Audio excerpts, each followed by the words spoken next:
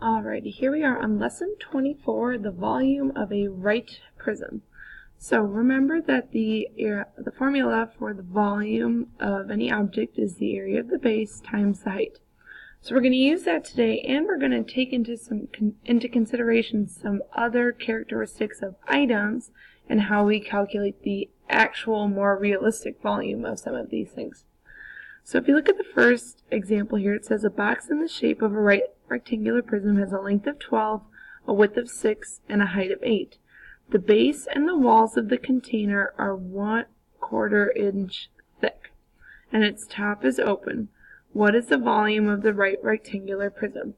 So this thickness is now what we have to take into consideration, because remember, thickness will take away some of that inside space that would be there if it was just maybe like a piece of paper, but a piece of paper also has thickness.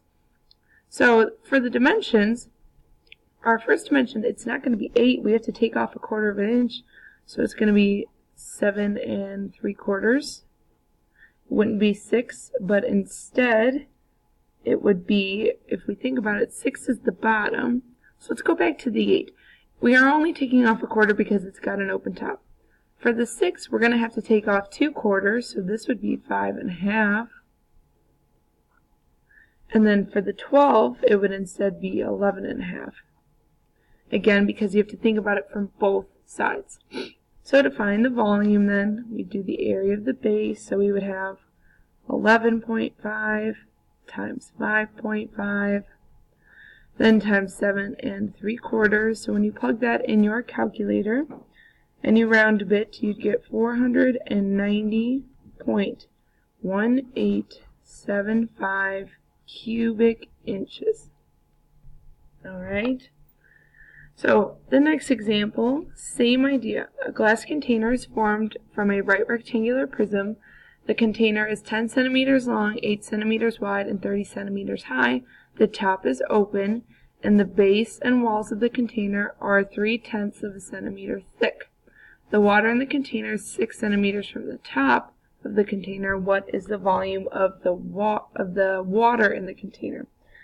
So if we look at our length, our original length was 10, right? But remember that thickness happens on both sides. So I'm going to highlight that in purple here, which means we have to take off 6/10 of a centimeter. So our actual length would be 9.4. Our width here originally was 8, but again that thickness happens on both sides, which I highlight in red, so it would be minus another 6/10. So we would have 7.4 for our width.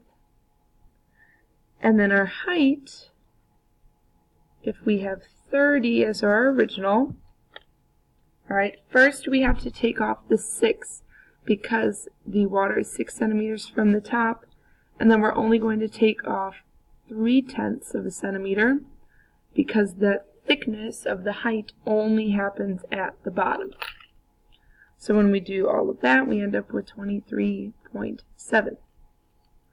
So that's the hardest part now, to find the volume, same as we've always done. So we're going to do 9.4 times 7.4. and then times 23.7.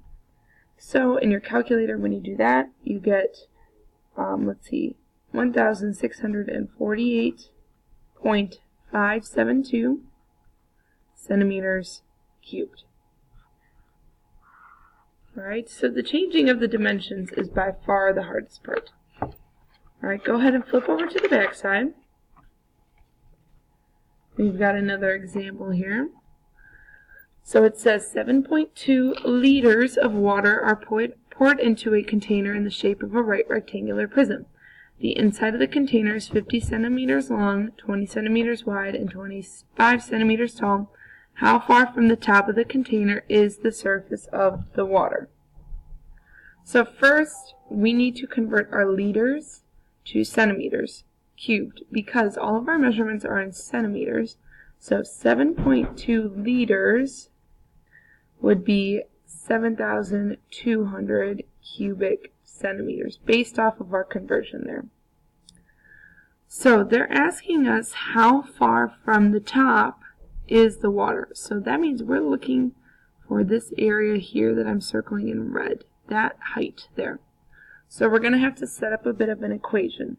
So volume, we have the total volume is 7,200 equals, we know our area of our base, which is 20 times 50, and then times h. For this one, they didn't give us any thickness, so we don't have any thickness to consider. So we have 7,200 equals 1,000 h. So we divide by 1,000, divide by 1,000, and we get 7.2 is our height.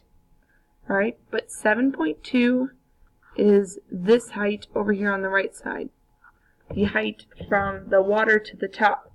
So we want to know how far is it actually, so we're going to have to take our 25 minus our 7.2. So our final answer would be 17.8 centimeters. Alright. And then one more down here at the bottom. So it says a fuel tank is in the shape of a right rectangular prism and has 27 liters of fuel in it. It is determined that the tank is 3/4 full. The inside dimensions of the base of the tank are 90 by 50. What is the height of the fuel in the tank? How deep is the tank? So first, let's draw a picture. The best I can draw here of a rectangular prism. Alright, so go ahead and put that on your paper so we have something to look at. So they gave us the dimensions of the base were 90 by 50. So I'm going to go ahead and fill those in. This is 90 centimeters. This is 50 centimeters. And then we know that there's 27 liters of fuel in it, and the tank is 3/4 full. Okay, so there's my water. Sorry, I drew it all in blue. So first we need to convert the 27 liters to centimeters cubed. So this would be 27,000 cubic centimeters. So same idea as the one up above. We have to set up a little bit of an equation to solve. So 27,000 equals, we know our area of the base is 90 times 50. We're looking for that height. So we have 27,000 equals 4,500 h. Divide by 4,500 on both sides. And we end up with 6 for our h. So that is our total height. Our total height equals 6 centimeters. But we know that they want to know how deep the tank is. So we need to figure out how much water is in the tank. Okay, actually I lied. This is not the total height. This is the water height. The water height is 6 centimeters. So I'm going to change this. Water height. We're still looking for our full height of the tank. So we know that it was 3/4 full. So we're going to set up another equation. 3/4 x equals 6. So to solve for x, we multiply by 4/3 on both sides. We get x equals, and if you cross divide, this is a 1 and a 2, we get 8. So we can say now that the tank